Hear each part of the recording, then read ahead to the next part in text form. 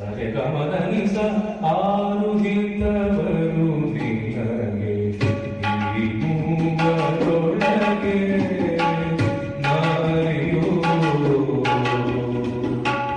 ಧಾರುಣಿಯೋ ಬಂಧನದ ಸಿರಿಯೋ ಆರುಹಿತವರು ನಿನಗೆ ಈ ಮೂವರೊಳಗೆ.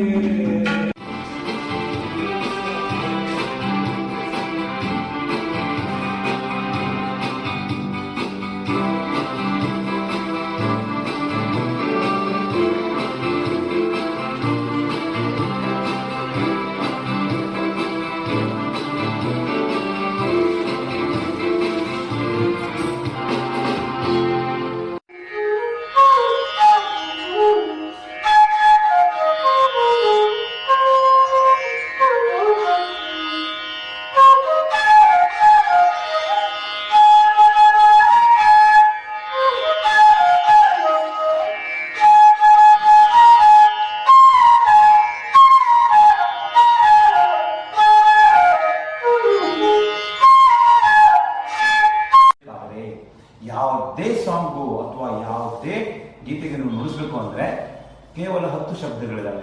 ಆ 10 ಶಬ್ದಗಳಿಂದ 10 ತಾಳಗಳಾಗ್ತವೆ. ಆ 10 ತಾಳಗಳಿಂದ ಬಂದ್ರೆ ಸಾಕು, ನೀವು ಜಗತ್ತಿನ ಯಾವ ಸಾಂಗ್ ನುಡಿಸ್ಬೋದು. ನೀವು ಜಗತ್ತಿನಲ್ಲಿ ಹೇಳ್ತಾರೆ, not only Karnataka, world wide ನೀವು ನುಡಿಸ್ಬೋದು. ಆದರೆ ಅಕ್ಷರಗಳು ಕರೆಕ್ಟಾಗಿ ನುಡ್ಸಕ್ಕೆ ಬರಬೇಕು. ಸರ್ ಅಕ್ಷರ ಬಗ್ಗೆನೇ ಗೊತ್ತಾಯ್ತು. ಸೊ ತಬಲಾ ಬಗ್ಗೆ ಇಂಟ್ರೊಡಕ್ಷನ್ ಗೊತ್ತಾ? ಗೊತ್ತಿಲ್ಲ. ಹಾ, ಇದಕ್ಕೆ ತಬಲಾ ಅಂತ ಕರೀತಾರೆ. ಏನಂತ ಕರೀತಾರೆ? ಇದಕ್ಕೆ ಡಗ್ಗ ಅಂತ ಕರೀತಾರೆ, ಇನ್ನೊಂದು ಬಾಯ ಅಂತ ಕರೀತಾರೆ, ಇದಕ್ಕೆ ಅಥವಾ ಬಯಾನ್ ಅಂತ ಕರೀತಾರೆ. ಇದು ತಬಲಾ, ಇದು ಡಗ್ಗ. ಇದು ತಬಲಾದಲ್ಲಿ ಎಷ್ಟು ಪಾರ್ಟ್ಸ್ ಇದೆ ಅದನ್ನು ನಾವು ತಿಳ್ಕೋಬೇಕು ಫಸ್ಟ್. ಓಕೆನಾ? ಫಸ್ಟ್ ನೋಡಿದ ತಕ್ಷಣ ಕಾಣೋದು ಯಾವುದು? ಬ್ಲ್ಯಾಕ್ ಅಂದಲ್ವಾ? ಸೊ ಅದಕ್ಕೆ ಕೈ ಇಟ್ಕೊಳ್ಳೋಣ ಫಸ್ಟ್. ಇದಕ್ಕೆ ಶಾಯಿ ಅಂತ ಕರೀತಾರೆ. ಏನಂತ ಕರೀತಾರೆ? ಇದಕ್ಕೆ ಲವ ಅಂತ ಕರೀತಾರೆ.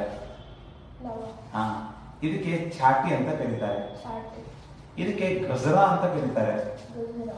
ಇದಕ್ಕೆ ಬದ್ದಿ ಅಂತ ಕರೀತಾರೆ, ಅಥವಾ ಬಾರ್ ಅಂತ ಕರೀತಾರೆ. ಇಂಗ್ಲಿಷ್ ಅಲ್ಲಿ ಲೆದರ್ ಬಾರ್ ಅಂತ ಕರೀತಾರೆ, ಅಥವಾ ಇದು ನಾವು ಬದ್ದಿ ಅಂತ ಕರಿಸ್ತೀವಿ. ಇಲ್ಲಿರೋ ಕಟ್ಟಿಗೆ ರೂಟದಿದೆಯಲ್ಲ, ಇದಕ್ಕೆ ಕೂಡಿ ಅಂತ ಕರೀತಾರೆ. ಓಕೆನಾ? ಇಲ್ಲಿ ಶ್ರುತಿ ಮಾಡಲಿಕ್ಕೆ, ಶ್ರುತಿ ಏರಿಸೋದು ಅಥವಾ ಶ್ರುತಿ ಇಳಿಸೋದು ಅಂತ ಹೇಳ್ತಾರೆ. ಇದಕ್ಕೆ ಏನ್ ಹೇಳ್ತಾರೆ? ಘಟ್ಟ ಅಂತ ಕರೀತಾರೆ. ಏನಂತ ಕರೀತಾರೆ? ಹಾ, ಇದಕ್ಕೆ ಗುಡರಿ ಅಂತ ಕರೀತಾರೆ. ಗುಡರಿ. ಈ ಶಬ್ದಗಳನ್ನ ನೆನ್ಪಿಟ್ಕೋಬೇಕು. ಓಕೆನಾ? ಇಷ್ಟು ನೆನ್ಪಿಟ್ಕೊಳ್ಳಿದ್ರು 3 ಶಬ್ದ ಮಾತ್ರ, ಮರೆಯೋಂಗೆ ಇಲ್ಲ. ಯಾವ್ದ್ಯಾವ್ದು? ಶಾಯಿ, ಲವ, ಚಾಟಿ. ಏನ್ ಮರಿಬಾರ್ದು? ಶಾಯಿ, ಲವ, ಚಾಟಿ.